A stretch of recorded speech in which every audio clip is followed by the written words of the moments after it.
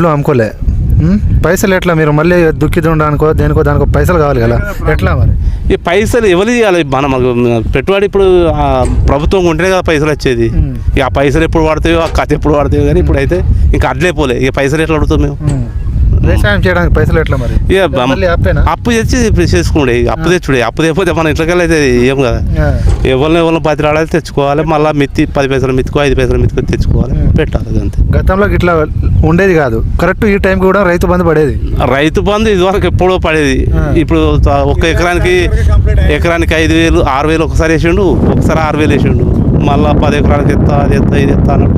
ఇదివరకు ఆ రైతు బంధు లేదు కథ లేదు కార్యక్రమం లేదు. ఆ రుణమాఫీ అన్నాడు ఆ రుణమాఫీ అనేది కొంతమందికి చేసారు కొంతమంది ఇప్పుడు నా 2 లక్షలు తీసుకున్నాను నేను కరెక్ట్ ఆ 2 లక్షలు తీసుకుంటే ఆ 2 లక్షలు కాలేదు ఇదివరకు ఇవ్వలే కాలేదు ఇదివరకు 2 లక్షలు ఇక లోపల ఉన్న వాళ్ళే చేసి లోపల ఉన్నాయి చేసేది కానీ 2 లక్షల రుణమాఫీ అనేది ఇదివరకు కాలేదు.